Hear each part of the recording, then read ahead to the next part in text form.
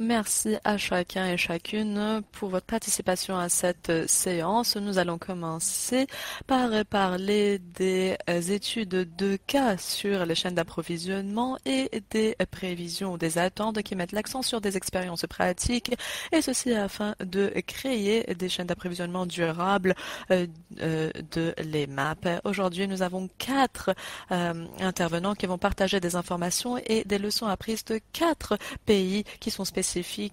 Alors la Colombie, la République démocratique du Congo, la Côte d'Ivoire, l'Indonésie et la région de l'Est de l'Afrique. Chaque présentateur va offrir des considérations pratiques et essentielles afin d'établir des chaînes d'approvisionnement responsables de l'EMAP. Après les présentations, on va avoir, excusez-moi, une séance de questions-réponses. Alors, afin de commencer ces présentations, nous allons écouter en premier Maria José Murillo. Maria est actuellement à la tête de la chaîne ou des chaînes d'approvisionnement chez Alliance for Responsible Mining, ARM.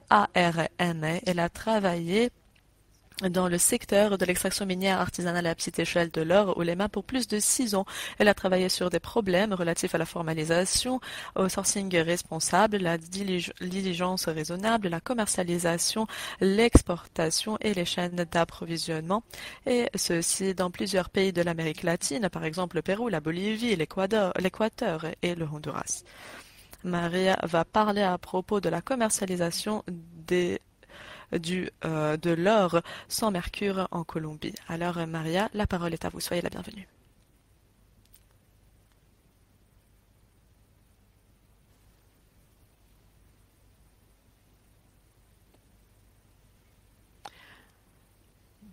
Malheureusement, nous ne pouvons pas entendre l'intervenante. Problème de micro peut-être. Maria, est-ce que vous pouvez peut-être activer votre micro, s'il vous plaît? On ne peut pas vous entendre. Ah, voilà. Merci. Merci beaucoup pour cette occasion qui m'est donnée de vous adresser la parole aujourd'hui. C'est un plaisir pour moi. Et je vais donc parler en espagnol. Voilà, donc l'Alliance pour les minerais responsables. Donc, Alianza por la Minería Responsable, c'est-à-dire l'Alliance pour l'extraction minière responsable. Alors, qui sommes-nous? L'ONG a été créée en 2004 en Colombie à partir de l'expérience pionnière d'Oro Verde concernant les bonnes pratiques et en connexion aussi bien avec un marché d'éthique. Nous faisons aussi, donc, nous sommes la créateur du code Craft et de la certification Fair-Minded. Prochaine diapo, je vous prie. Alors, dans le cas de Planet Gold, dans le cadre du projet Planet Gold, nous avons donc encadré la composante du projet numéro 3 pour connecter donc les miniers ou les mineurs donc au marché et selon les critères bien entendu de Planet Gold, les critères Planet Gold, les zones prioritaires et les groupes miniers, vous les voyez ici à l'écran. Prochaine diapo. Donc nous avons décidé de travailler en bonne diligence avec une stratégie progressive basée sur les lignes directrices de l'OCDE. Selon les critères Planet Gold, bien entendu, et puis de même que la bonne diligence selon les lignes directrices de l'OECD. Nous avons développé donc le modèle numéro 1, numéro 2, numéro 3, numéro 4, numéro 5. Numéro 1, c'est le système de gestion et chaîne interne. C'est une composante qui nous donne donc un contrôle sur les processus internes. Et puis, nous avons des consultations pour mieux comprendre les formalités de l'organisation basée sur la législation colombienne.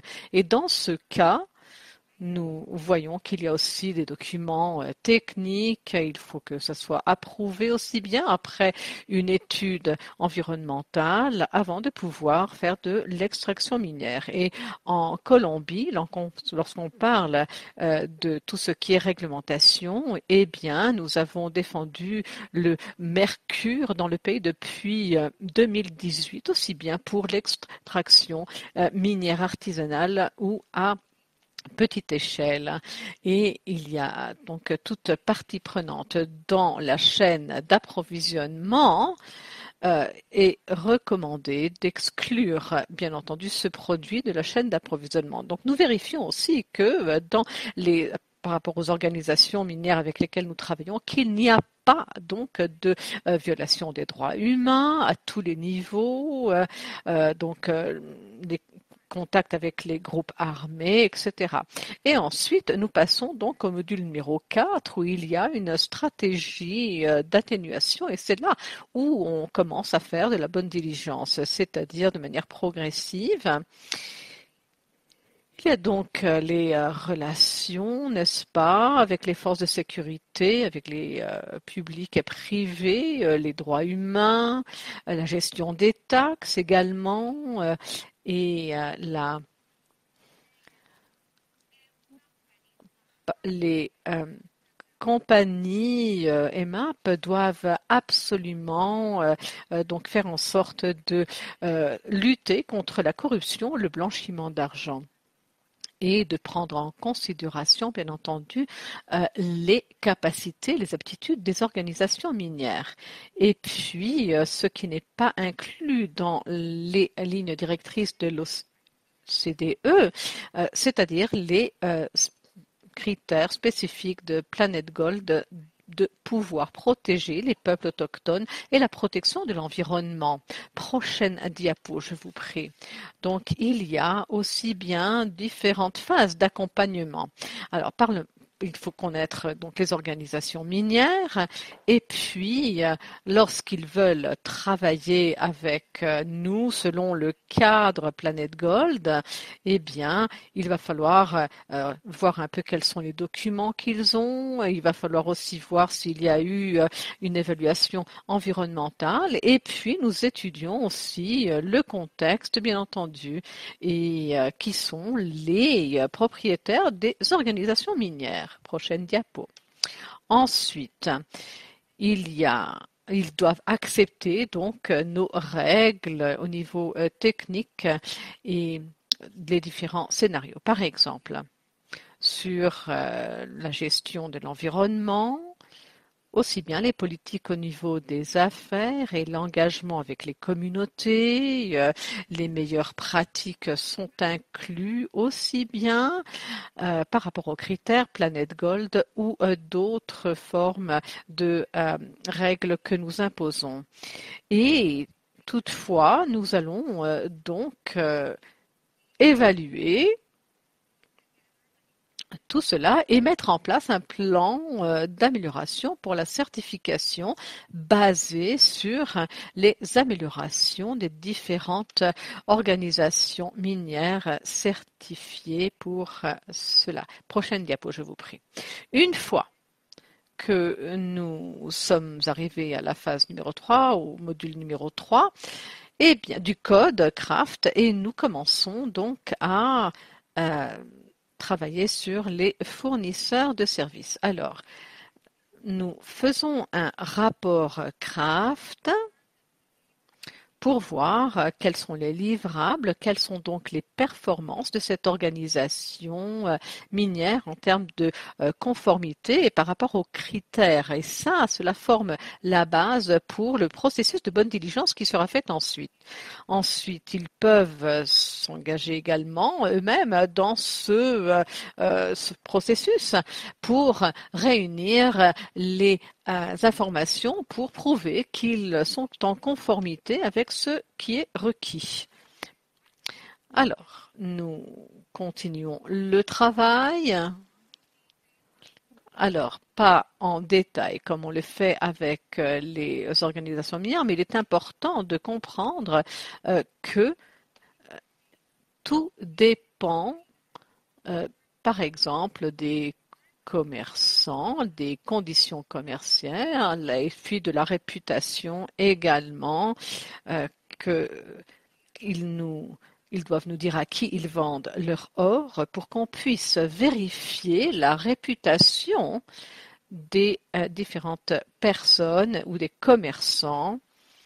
Voilà, donc il y aura un processus qui sera initié et puis en parallèle avec les différents commerçants, nous essaierons d'identifier aussi bien des commerçants qui seraient intéressés à joindre cette chaîne d'approvisionnement. Une fois qu'on a identifié cela et à qui ils vendent leur or, nous allons aussi présenter les miniers au groupe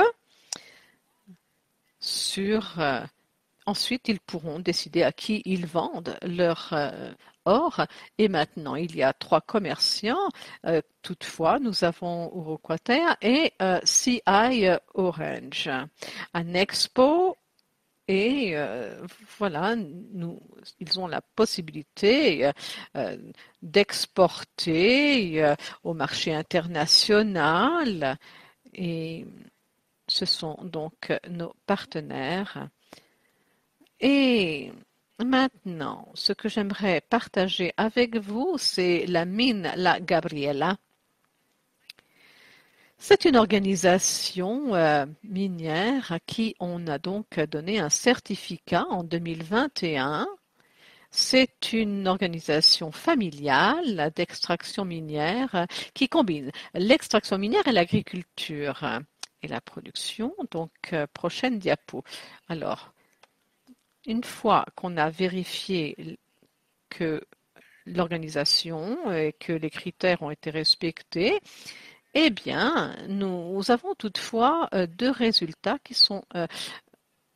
qui ont émergé. Et cela démontre à quel point il est important pour nous de soutenir les organisations pendant des mois ou même pendant des années. Avec la mine La Gabriela, nous avons commencé à travailler même avant le projet Planet Gold. Et ces projets sont extrêmement importants car ils donnent un soutien aux organisations minières sur plusieurs années. Prochaine diapo. Voilà, donc là, c'est la chaîne d'approvisionnement telle que vous le voyez ici. Donc, le processus entrepris avec la mine Gabriela et ensuite un expo s'est aussi engagé dans le processus, dans la négociation et le processus de bonne diligence. Et il est important de s'engager dans un tel processus du début jusqu'à la fin de la chaîne d'approvisionnement, car c'est important pour les différents acteurs d'être impliqués et de participer. Je voulais donc vous parler un peu des défis maintenant dans il y a donc les parties prenantes qui s'engagent dans à long terme, je dois dire, et que ça soit au travers de la transformation de l'or, par exemple. Si on veut bien faire les choses, on doit changer ses pratiques parfois pour adhérer au marché et il faut soutenir cela et faire face aux défis lorsque ces derniers apparaissent. Je vous remercie de votre aimable attention. Ça a été un plaisir de vous parler de la premier processus de commercialisation que nous avons piloté pour Planet Gold. Merci.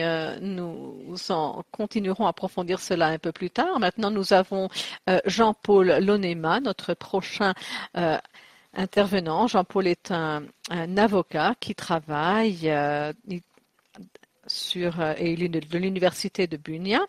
Et puis, il a donc aussi bien participé à la mise en œuvre de Just Gold Project à Mombasa de 2015 à 2020. Il a aussi soutenu donc la certification de ressources de minerais de tout ce processus et a fourni une assistance technique aux partenaires locaux à Ituri, dans la province d'Ituri, dans la RDC. Il a aussi donné une expertise au ICHLR et à l'OCDE. Donc, Jean-Paul, vous avez la parole.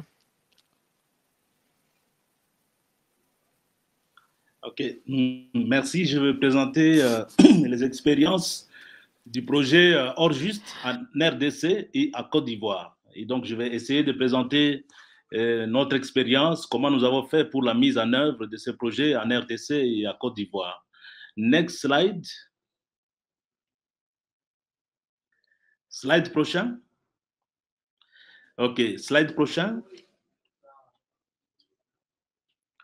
Le projet Hors-Juste de la RDC a inspiré le projet à Côte d'Ivoire. En RDC, il fallait commencer par déterminer s'il est possible de tracer l'or artisanal.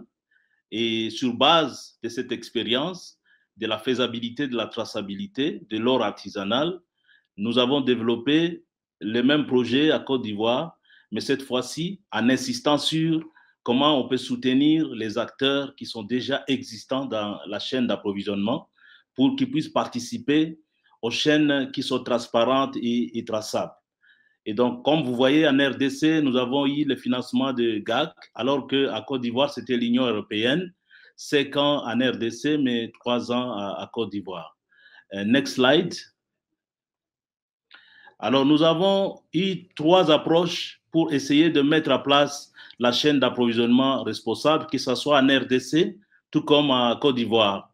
Tout d'abord, c'est le système de traçabilité des diligences raisonnables. Ensuite, nous avons mis en place des incitatifs pour encourager les acteurs de la chaîne. Et finalement, c'était des données probantes qui nous permettaient de savoir comment est-ce que les programmes que nous mettons en œuvre transforment la vie de bénéficiaires sur le plan socio-économique. Next slide. En ce qui concerne la traçabilité, nous avions une liste d'informations à collecter tout au long de la chaîne. Il y a la provenance des minerais qu'il fallait connaître, les coordonnées et l'identification de tous les acteurs qui sont dans les projets. Il y avait aussi des questions de statistiques. Il fallait savoir quelle quantité a été produite, vendue, ou même quel est l'argent, quelle est l'origine de l'argent qui a servi pour acheter. Aussi, il y avait les incidents qui sont liés à la sécurité et aux droits des personnes. Et finalement, tout ce qui concernait la fiscalité, qu'est-ce qui a été payé à contrepartie des activités minières. Next slide. Alors, compte tenu de ces informations, nous avons réussi à la fin de 2 ans et demi à canaliser dans les circuits formels 24 kilos. Et pour produire les 24 kilos d'or libre de conflit, 2171 exploitantes et exploitants ont participé dans la mise en œuvre de ces projets. Next slide. Tandis qu'à Côte d'Ivoire, nous avons fait la même chose et c'est autour de 1778 kilos qui ont été exportés dans les circuits formels en essayant, en fait, c'est 1778 grammes qui ont été exportés, c'est autour de 1,7 kg. Si on compare ça avec des ventes qui ont été faites localement, seuls 1,7 ont été exportés en suivant toute la procédure de traçabilité qui a été mise en œuvre. Next slide. Alors, ça, c'est le volet qui concerne les incitatifs. Pour encourager les acteurs de la chaîne à participer dans le projet, nous avons mis en place une série d'incitatifs en RDC comme à Côte d'Ivoire. Vous pouvez le voir avec les drapeaux qui sont là. L'assistance technique qui consiste à la formation, mais aussi l'appui en équipement. Ça a été expérimenté à Côte d'Ivoire, mais aussi en RDC. Il y a l'accompagnement aux communautés minières. Ça veut dire que nous avons fait des plaidoyers auprès des gouvernants pour améliorer les systèmes de la fiscalité, pour faire un peu plus de transparence sur le paiement des taxes. Et donc, ça a été expérimenté en RDC. Ensuite, nous avons aussi expérimenté l'inclusion financière en RDC comme mécanisme pour accorder aux acteurs de la chaîne un accès aux crédits qui sont responsables, aux capitaux responsables. Et à Côte d'Ivoire, comme en RDC, nous avons favorisé l'accès au marché international, ce qui a accordé un meilleur prix, mais aussi avec la rémunération des données. Ça a été expérimenté à Côte d'Ivoire. Et finalement, en RDC comme à Côte d'Ivoire, nous avons expérimenté la tarification des prix qui était officielle. Nous avons permis aux acteurs de la chaîne d'acheter de l'or au prix de la bourse et eux-mêmes, ils pouvaient calculer chaque jour ce que valait leur or. Et en RDC, c'était la proximité. Les maisons d'achat qui étaient gérées par la coopérative étaient rapprochées des sites miniers, ce qui réduisait les longues distances, mais aussi l'insécurité qu'ils pouvaient connaître tout au long de la route entre les sites miniers et les centres de négoce. Next slide. Finalement, c'est le troisième volet de la traçabilité et diligence raisonnable, c'était l'importance que représentaient les données probantes. Les données probantes ont aidé le projet à mesurer de quelle manière le programme de diligence raisonnable et la chaîne d'approvisionnement responsable pouvaient transformer la vie de communautés minières qui vivaient dans la zone d'extraction. En RDC, nous avons eu des leçons intéressantes sur la transformation socio-économique des vies de communautés à partir de la mise en œuvre des chaînes d'approvisionnement. Et à Côte d'Ivoire, nous sommes allés au-delà de cette évaluation des incidences de l'or responsable sur la vie des communautés, jusqu'à proposer à l'acheteur international de donner une prime pour la valeur des données qui accompagnaient l'or responsable. Et cela a permis de réinvestir dans les communautés et de soutenir le travail de diligence raisonnable. Next slide. Next slide. Nous avons donc utilisé les SDJ, les indicateurs des objectifs de développement durable, pour mettre en place l'index pour mesurer les effets sur les communautés. Et là, il y a des questions transversales que nous avons également mises à profit dans la mise en œuvre du projet. La première question transversale, c'est la protection de l'environnement. Et vous le savez, dans les traitements de minerais d'or, il y a toujours l'usage de mercure qui intervient.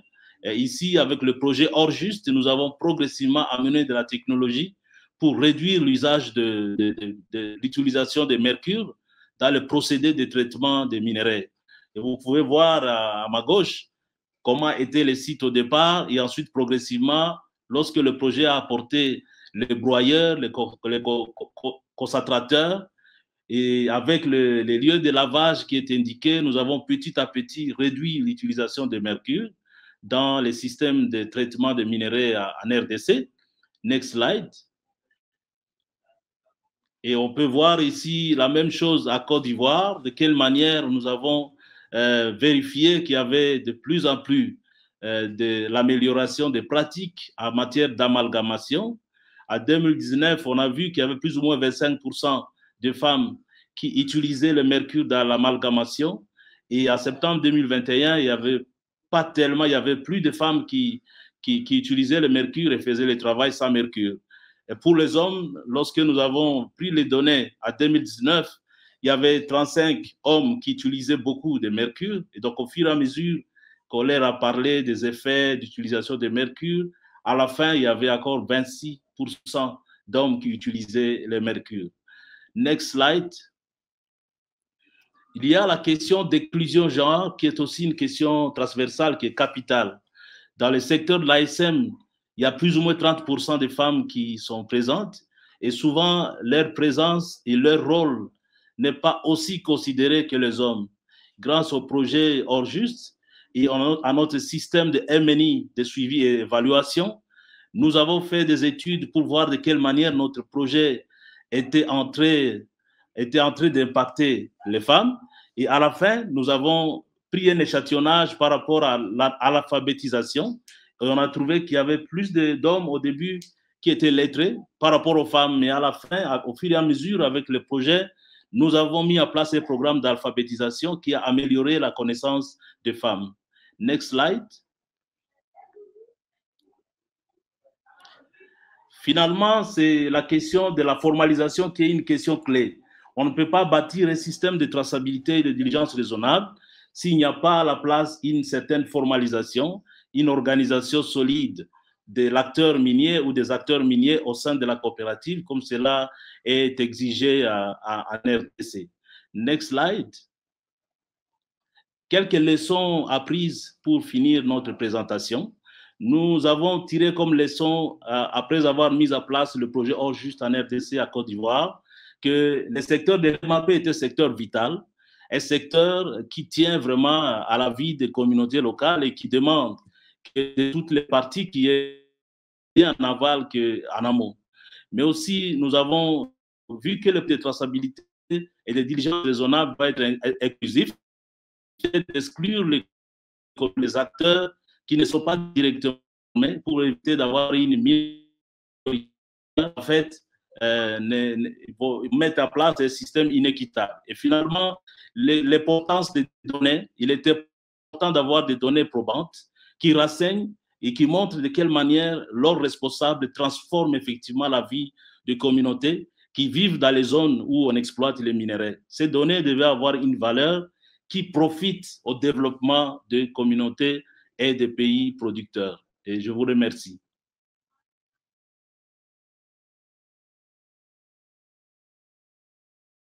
Alors merci beaucoup. J'espère que notre public aura plus de questions sur ce que vous avez appris à propos de travail sur le projet Juste Or. Alors maintenant, nous avons Wiku Padmonobo, qui est le directeur d'un projet dans une entreprise consultante dans le commerce de l'or. Il a offert plusieurs rapports techniques sur l'extraction de plusieurs matériaux comme le nickel, le cuir et l'or. Bien entendu, Wiku a plus de 30 ans d'expérience dans le traitement et dans l'extraction minière et il est un membre actif de l'Australasia Institute of Mining et Metallurgy. Alors soyez le bienvenu, Monsieur Wiku.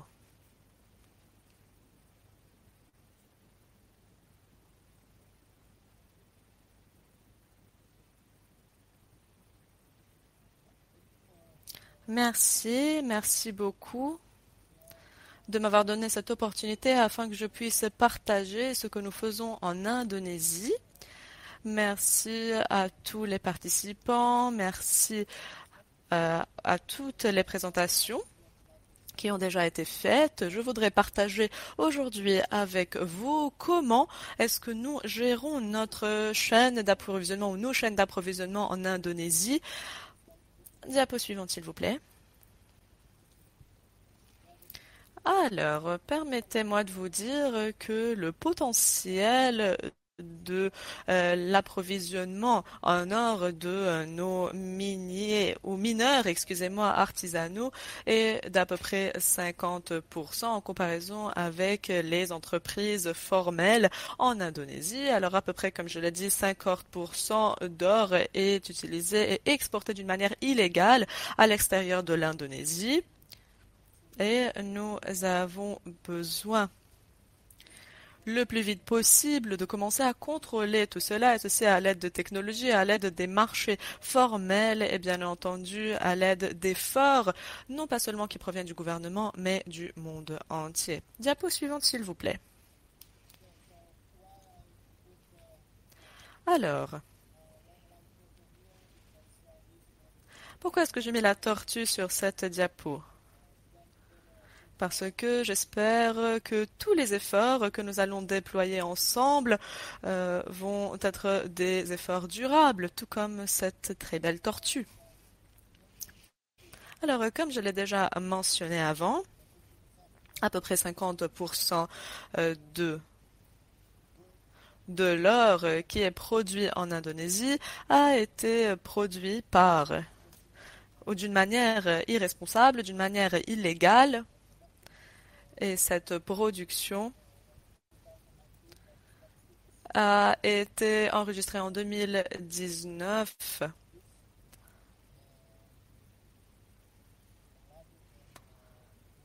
Et nous pouvons voir que qu'il y a beaucoup d'opportunités en Indonésie afin que nous puissions améliorer comment nous produisons cet or et comment, bien entendu, nous vendons cet or. Parce que jusqu'à présent, le gouvernement est très occupé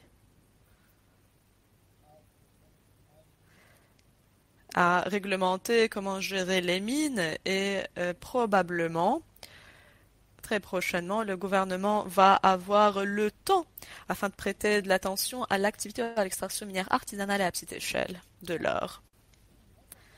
Alors, la majorité des produits en Indonésie, comme vous l'avez déjà dit, ou je vous l'ai déjà dit, alors la majorité de ces produits sont à 80% purs.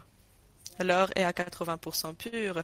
Comme vous pouvez voir, il y a le nugget, il y a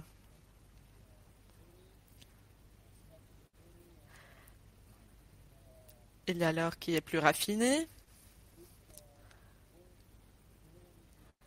Et dans les grandes entreprises d'or, cet or est raffiné. Mais quelques mineurs en Indonésie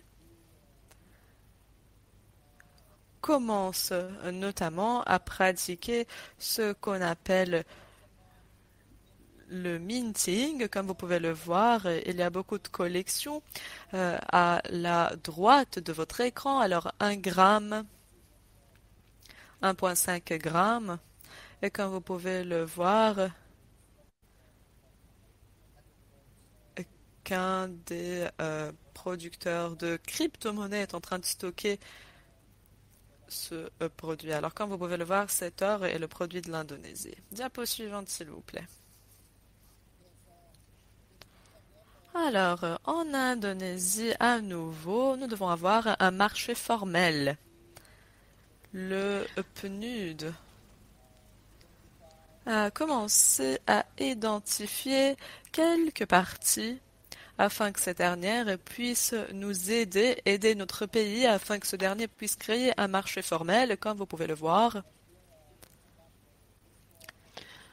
Voilà, par rapport à l'exportation, etc. Une prochaine diapo, je vous prie. Prochaine diapo encore.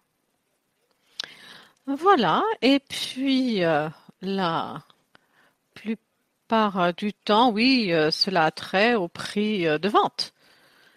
Parce que nous n'avons pas un marché formel en ce moment et la marge de profit et entre donc le commerçant numéro 1, numéro 2 est assez diffère assez et la seule chose qu'on peut faire c'est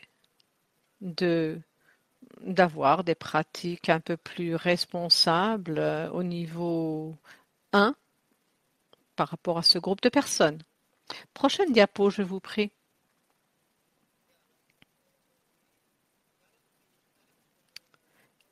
Et concernant cela, donc nous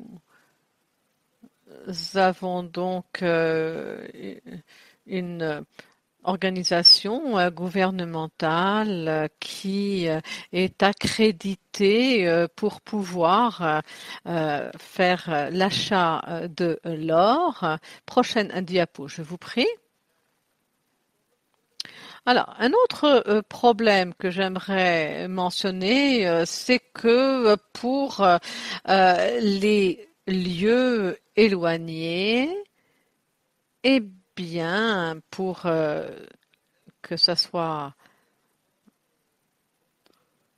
crée des problèmes et il est donc ce n'est pas facile pour ces personnes de faire des emprunts d'emprunter de l'argent auprès des banques.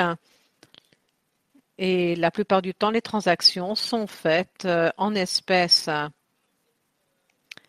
Et depuis 2013, il n'y a pas eu d'autres choses prises en considération pour faire pression et développer des activités artisanales ou à petite échelle d'extraction d'or légale dans le pays.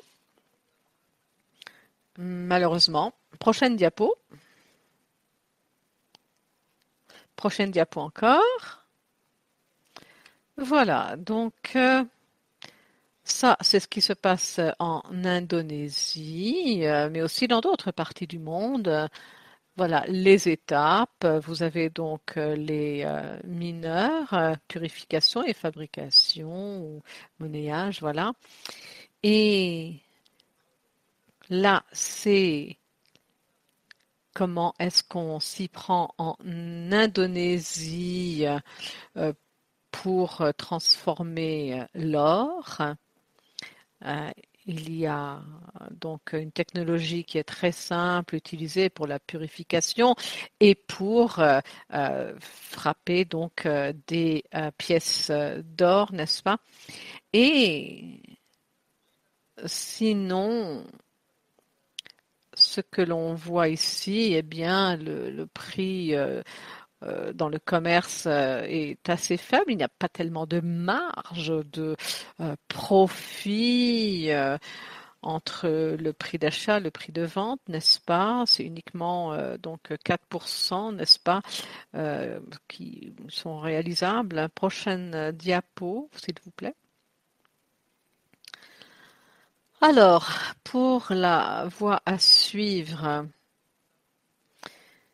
nous avons l'intention de nous focaliser sur certains projets qui pourraient générer ou établir un marché formel. Et certains mineurs commencent déjà à adopter des pratiques responsables d'extraction minière, mais il faudra aussi bien qu'ils vendent leurs produits à des organisations légales et non pas subalternes. Voilà. Prochaine diapo. Voilà. Eh bien, c'est tout pour moi. Excusez-moi, le temps qui m'a été imparti est terminé. Je ne peux pas vous en expliquer davantage. Merci beaucoup, Monsieur Wiku, pour ce partage d'informations avec nous.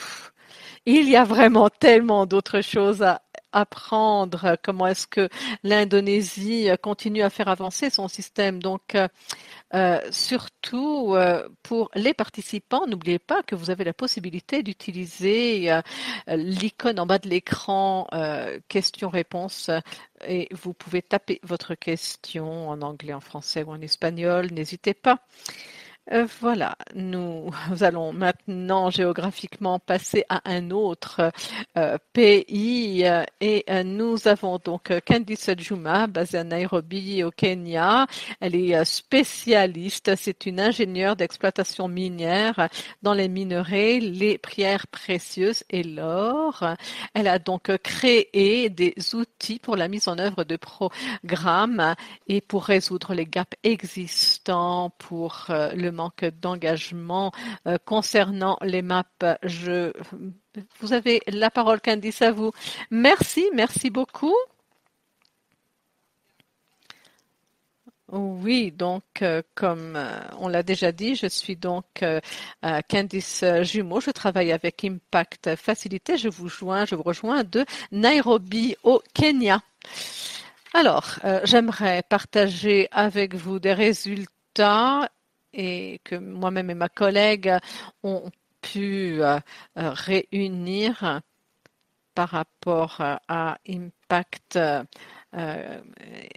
et on a essayé d'étudier donc quels sont les obstacles pour intégrer le marché formel international. Voilà. Donc, nous avons interviewé différentes parties prenantes sur la chaîne de valeur.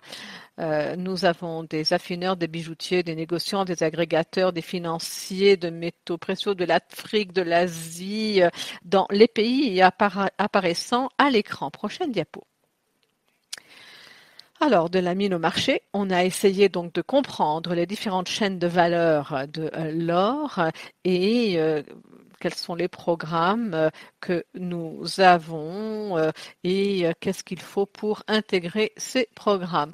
Voilà, et puis on va se focaliser surtout sur l'or par rapport au financement et l'achat et le financement, la fusion, le traitement, la logistique et l'exportation et la logistique pour donc du produit jusqu'au point de vente, n'est-ce pas? Et aussi bien les pratiques du raffinage. Voilà, donc là, vous pouvez voir que donc cela dépend du contexte, n'est-ce pas, pour mieux comprendre la chaîne de valeur de l'or.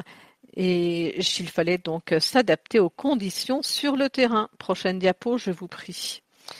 Alors, premièrement, j'aimerais parler des barrières que les différentes parties prenantes ont identifiées et pour arriver donc sur le marché international. Alors, par rapport à la sécurité et à l'agrégation dû à des défis au niveau de la production, certains donc il y avait donc des plus petits volumes d'or dû au fait que l'on doit payer donc en espèces la plupart du temps. Et les compagnies existantes sur le terrain parfois n'étaient pas d'accord de prendre les options de transport dites sécurisées. Donc il faudra la plupart du temps, il fallait payer en espèces pour obtenir ces produits. En plus, sur le transport local et l'agrégation, pour les volumes plus importants, le transport local sécurisé peut être un défi car les entreprises de logistique locale ne sont pas prêtes à prendre le risque. Et puis également, parfois, ils sont aussi prises pour cible lorsqu'ils sont en transit et peuvent subir des préjudices personnels. Et il faut vraiment s'assurer d'une sécurité. Et puis c'est difficile aussi bien difficile parce que c'est ce qui entraîne un délai plus long pour rassembler ces volumes suffisants pour les exportations économiquement viables. Et il faudrait mettre en place des initiatives pour parer ou pallier à cela pour pouvoir atteindre les cibles des volumes escomptés. Et donc, il y a aussi des compagnies qui ne veulent pas s'engager dans ce transport local. Il y a aussi donc la corruption, le blanchiment d'argent. Donc c'est difficile de sécuriser le transport des extractions minières artisanales et à petite échelle pour l'or. Prochaine diapo. Alors maintenant, pour les paiements. Alors, il y a une préférence pour les paiements en espèces. Et par rapport au contexte sur le terrain, c'est vrai que les acteurs informels et illicites, ça rend difficile l'exploitation des petites... et on essaye. Il faut s'assurer, en d'autres mots, qu'il y ait une transparence. Mais bon, ça c'est le contexte de la situation sur le terrain. Beaucoup payent en espèces. Et les mineurs aussi, donc parfois, décident d'acheter au prix du marché ou même au-delà du prix de marché aux mineurs. Donc ça, c'est par rapport à la demande. Et parfois, les commerçants font plus de marge de profit car ils Mais si vous allez sur les centres de négoce de l'or dans le monde, bien entendu que là, les mineurs pourraient obtenir des prix bien plus élevés, mais bon, la plupart du temps, l'or est utilisé, comme vous le savez, pour le blanchiment d'argent. Et au niveau international, pour l'exportation, le manque de confiance limite souvent les grandes exportations, les exportations de grande taille lorsque cela est possible. Et il y a aussi une trop faible marge de profit, comme je l'ai déjà dit, les volumes de l'artisanat ou de l'orpaillage artisanal sont vraiment très faibles. Et pour transporter le produit, ce n'est pas évident. Et aussi pour la logistique, dans beaucoup de pays de par le monde, enfin cela diffère. Les licences et les réglementations fiscales ne sont pas évidentes pour les exportations de l'or en dehors du pays. Parfois, c'est plus facile de faire en sorte que votre or soit exporté que de le vendre sur place. Voilà. Prochaine diapo, s'il vous plaît. Alors, concernant les défis maintenant que j'ai déjà soulignés auparavant, je vais donc me focaliser sur comment surmonter ou avoir de meilleures pratiques en prenant en considération les informations recueillies pour ce faire. Donc, par rapport aux évaluations au niveau local, la plupart du temps, il y a un manque de confiance dans l'évaluation de la qualité ou du poids par les acteurs locaux sur le terrain. C'est parce que parfois il y a donc une mauvaise calibration des outils pour prendre avantage lors de l'évaluation de la qualité ou du poids. Alors, les acteurs dans le monde entier ont besoin de se concentrer sur l'amélioration de la confiance des mineurs dans leurs engagements avec ces acteurs. Alors, ce qu'ils peuvent faire est s'assurer qu'ils sont en train d'utiliser des techniques plus modernes afin de faire cela. Alors, des techniques XRF qui peuvent aussi être soutenus par les évaluations du gouvernement au point de vue de l'exportation, où il peut y avoir même plus de tests au sein des raffineries. Nous pensons aussi au paiement sur le terrain. Il est vraiment important que les initiatives sur le terrain se font avec du liquide, et ceci pour que les paiements soient clairs. Et en outre, il y a plus d'entreprises qui sont prêtes à s'engager dans le préfinancement.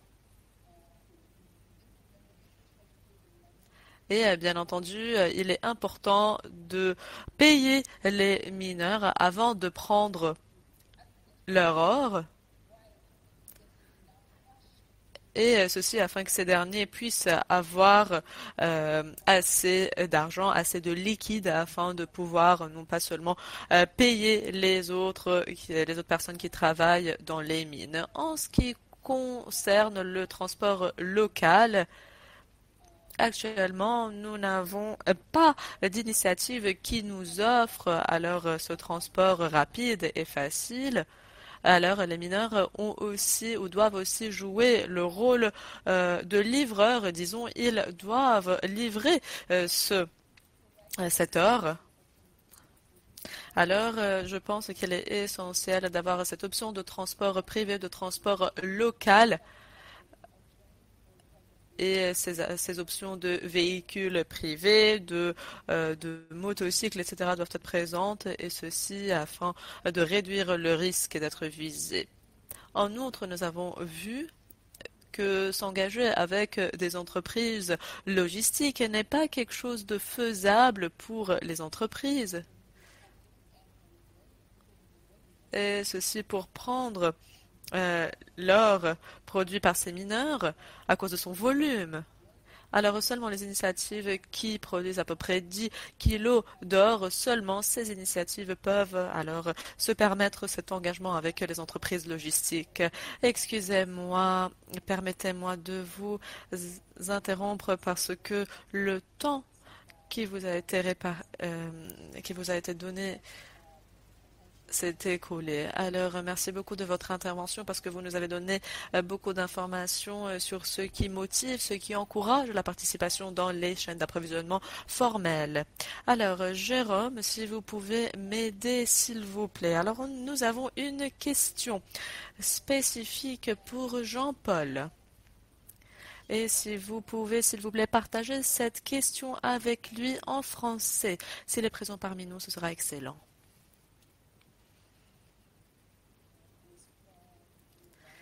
Alors, cette question nous provient de Zulaika Castillos.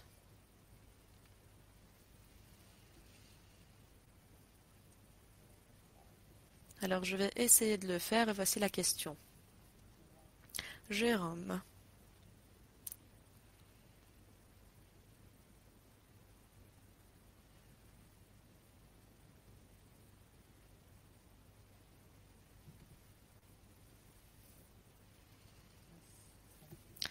Oui, oui, merci beaucoup, Christina. Alors, la question est adressée à Jean-Paul.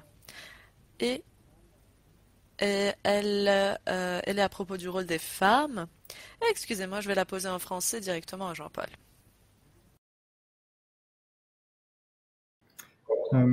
Les résultats de votre travail ont montré que les femmes sont beaucoup plus disposées à modifier leur processus afin de protéger l'environnement et la santé humaine lorsqu'elles sont invitées à ne pas utiliser du mercure. Et la question est, en fait, la personne aimerait avoir un commentaire sur ce point particulier et de savoir si les femmes vont changer leurs pratiques, seront récompensées par des crédits.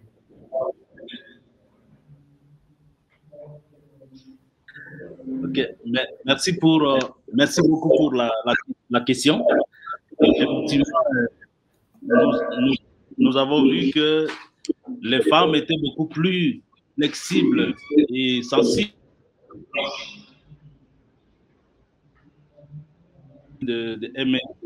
Et c'est ça ce qui a fait qu'en RDC, par exemple, lorsque nous avons compris qu'il y avait cette disposition à s'adapter au changement proposé le projet, nous avons développé des activités alternatives, des volets alternatifs au projet de traçabilité et de diligence raisonnable à travers l'inclusion financière qui a donné une solution pour accéder aux capitaux responsables parce que, à plus de leur qui étaient positives, elles avaient des difficultés pour accéder à des capitaux et être autonomes sur le plan économique et technique. Donc, ça veut dire que par rapport à la disponibilité et au travail de qualité que les femmes ont dans les secteurs miniers, effectivement, il est souhaité qu'on puisse les appuyer à travers des projets alternatifs. Et une des meilleures façons de faire cela, de rémunérer leur travail, ça serait d'accorder un prix aux données et aux informations de traçabilité de diligence raisonnable qu'elles collectent pour accompagner le minerai qui est produit des sites où ces femmes sont actives et engagées.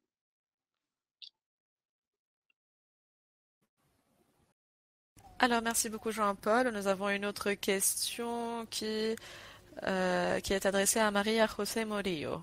Alors, vous avez travaillé dans ce secteur pour des années, pour un bon moment. Alors, il y a une curiosité particulière envers les encouragements, les incitations qui ont été développées, qui y aident à vraiment assurer cette transition des mineurs vers des pratiques plus durables et plus responsables. Alors, bonjour. Permettez-moi de dire deux choses. En premier, la reconnaissance. La reconnaissance que ces personnes vont obtenir, vont recevoir lorsqu'elles s'engagent dans l'application de ces pratiques, bien entendu, parce que ces personnes sont fières de faire leur travail d'une manière meilleure dans un secteur où il y a beaucoup de stigmatisation. D'autre part, il y a l'amélioration de leur processus en interne qui, à leur tour, vont les aider à améliorer l'efficacité, la productivité de ces processus. Et le fait qu'ils sont en train de respecter toutes les réglementations est quelque chose d'essentiel.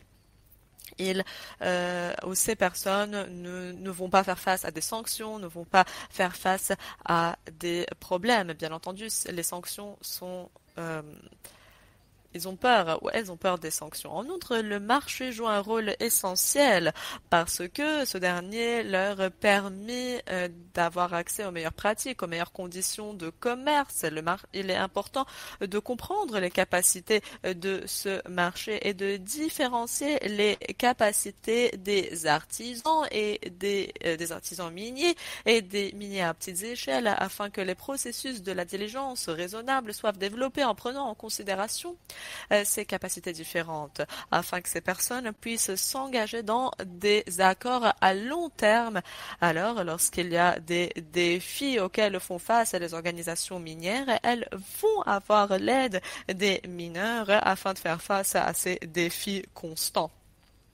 Alors, bien entendu, la satisfaction, le fait d'être satisfait qu'ils font les choses, qu'ils font bien les choses et avoir l'accès au commerce, avoir l'aide des marchés afin d'être capable de relever quelconque défi auquel ils font face. Voici les éléments. Alors, être confortable, avoir l'accès à des prix meilleurs. Voici des encouragements vraiment essentiels pour ces personnes. Et merci beaucoup Maria. Alors nous avons beaucoup de questions qui nous parviennent et alors que nous allons clôturer cette discussion, permettez-moi de remercier nos intervenants parce que vous avez préparé à l'avance, parce que vous avez partagé vos connaissances. Alors merci beaucoup Maria-José Morillo, Iku Padmanobo, Monsieur Jean-Paul Leno et Candice Joumois. Alors, merci beaucoup de vos interventions. Vous allez être capable de regarder à nouveau ces présentations dans le futur. Maintenant, nous avons une discussion, une table ronde qui va nous permettre d'avoir une opportunité d'apprendre plus sur les chaînes d'approvisionnement. Et notamment, c'est une table ronde et une discussion entre les exportateurs et les raffineurs sur leurs attentes des fournisseurs durables dans le marché d'aujourd'hui. Merci beaucoup.